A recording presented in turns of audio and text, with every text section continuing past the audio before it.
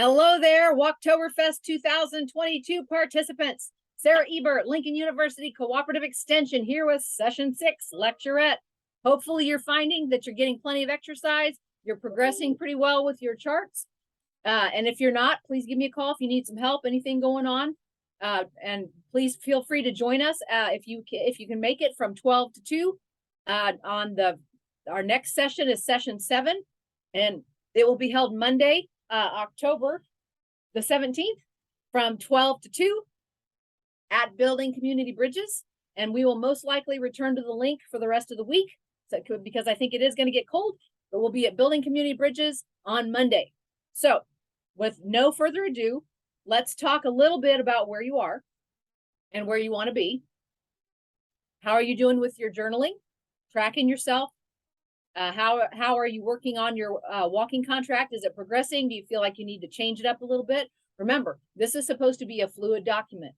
It's not set in stone. It's a goal. If it turns out to be unrealistic, then let's do something else. It's really okay.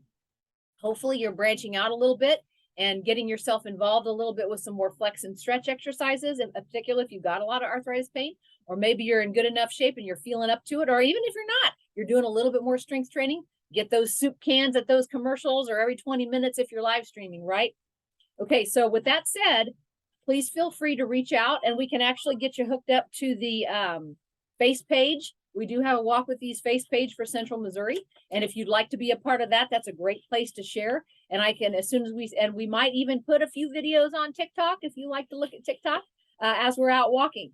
So first thing we want to kind of talk about now is because we are at the end of week 2, okay? If you haven't been doing this already, now is a great time to start monitoring your exercise intensity, okay? You want to monitor your intensity when you exercise for 2 reasons. First of all, it lets you know if you're working hard enough or too hard so that your exercise is safe and it's effective for you. It also helps provide you with a measuring stick to kind of gauge how you're doing and if you're progressing. There's a lot of good ways to measure your exercise intensity. First, we talked about the talk test, and that is if you're out walking, talk to somebody, sing. If you're really out of breath, then you're probably going too fast. Slow down a little bit. If it's really super easy, maybe you want to walk a little faster. Okay. And if you're looking for some more information about the talk test, double check chapter 5. The other thing you can do, take it a little further, is actually measuring your fitness level. And the reasons for measuring your fitness levels, because it gives you just a really good gauge if what you're doing really is making a difference inside here, right? So a couple of things you can do. There's 3 good methods, and they're described pretty extensively on page 115 in chapter 5 of your guidebook. So if you can measure how far you can walk during a set period of time, and remember, no pain 2 hours later, right? Or you can measure, or you can walk a specific distance and see how long it takes. You can measure your heart rate after a certain amount of time that you've been walking. And so either of those methods will work really well for you. And they may sound a little complicated, but it really isn't. So I know where I like to walk at home. Basically, my husband and I got in the car and drove to where we were sure we were past a half a mile. And the place I like to walk is dangerous. It's curvy and hilly and not super hilly, but limited sight. So it's curves and cornfields and you can't really see around it. And the curves are so steep, nobody goes that fast. But if anybody takes the inside of the curve and you're coming that way, they won't see you, right? So I knew where the mile was this one direction, but right around the corner is a golf course. Okay, so well, why not just walk in the parking lot? The golf course itself is really not a level 1 surface, right?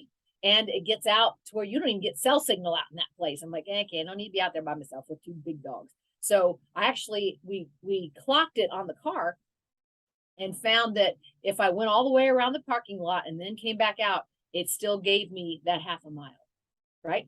And we did the same thing the other direction. So that way I knew where my parameters were. And so I can always tell when I come in after the walk, what my pace was. So, and funny stories is I can also tell if I wasn't able to get the dogs out to do their business before we went for the walk because I have to stop more. Anyway, so with that said, those are some easy ways to just measure your progress and how well you're doing. And I noticed one of the other ways that I go that I know is exactly the mileage I want to go.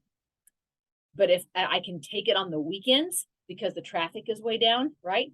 And I always walk it faster. So it makes me wonder if my husband didn't bump that up a little more than what he said it was. Anyway, the point is, now the other thing is that those are just ways to measure. Okay. So it could be the amount of time you spend, or how far you walk in a certain period of time, and how that changes over time. If you want to keep that same pace, you know that you're looking at your watch, you left at a certain period of time, you walk your pace, and you're like, okay, this is about when I stop. I can go 2 more minutes, and you go 2 more minutes, or maybe another minute because you got to turn around and come back, right? And you did it. You increased that progression. So those are some different ways you can work through that. The other thing is measuring your heart rate. So there is information in page 115, but one of the things I would always encourage you to do before you think about checking your heart rate and figuring your target heart rate. When you first get up in the morning, check your heart rate.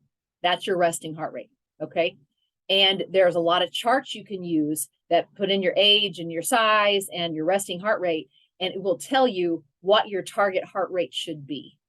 And the way you do that is when you feel like you're really getting, when you finally progressed to where you really know you're doing twice as much as you were when you started the program. So even if you're not up to that 30 minutes a day, if you're doing twice as much as you were doing before you started the program, that's a good time to check your target heart rate.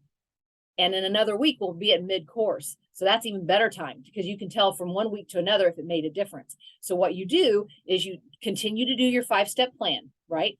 You warm up, stretch, then your fitness walk. So that's your real goal time, right? Your cool down, and then your stretch. That's your walking pattern, right? Your 5-step pattern. So to do your target heart rate, after you've figured out your resting heart rate, and basically the best way to do it, don't push too hard, you'll laugh out and you'll cut off your air. Of course, I think that may be part of my problem. You cut off my oxygen too many times trying to check my heart rate. Anyway, you can, if you touch the side of your throat right around here, you can move around, you can find a very gentle pulse. Some people can find it on their wrists too. I'm not as good at that. I have to go with bigger. And you can feel it. And so what you do is you watch your watch, you watch a clock, and you count how many times it beats for 15 seconds, and then multiply it times 4. And that's your resting heart rate. And that'll help you figure out what your target heart rate should be. And depending on what fitness level you're looking for, usually like 50% of your target heart rate is a good, you've moved up, you've progressed, right? So checking that out after you're about the mid-course of your fitness walk. So you've warmed up, you've stretched, and you've been going about halfway. So whether that's the half of the time you normally walk or half of the distance, stop, check your heart rate again and see what the beats are and compare it to what your target should be. And that can help you gauge whether you need to walk faster or whether you need to walk further. Okay, so that's another way, and that's a little more sophisticated way, but it really can be an eye opener that you thought, what I'm doing isn't making that much difference, but oh my gosh, yes, it is. That heart rate is much better, much closer to my target than it was when I started. So those are a couple of things you could do. Now remember, before you start your walks, warm up a little bit, do your stretches. And remember the stretches in your book, there's 4 basic ones, the calf stretch, the quadricep and hip flexor, and then the calf, the quadricep and the hip flexor, the iliotibial band, and the hamstring. If you want more, there's more in the back of the book, and we'll talk some more about those in further sessions as well.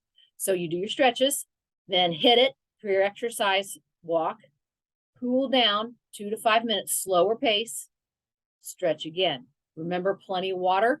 Go to the bathroom before you go. Be ready to go to the bathroom when you get back. If you want to elevate your heart rate a little bit and it's safe for you to do that, you can try that tummy tight and the buttock tight when you're walking and tone those muscles. That also will increase your heart rate just a little faster. So have a great walk this week, and hopefully get a few steps in this weekend.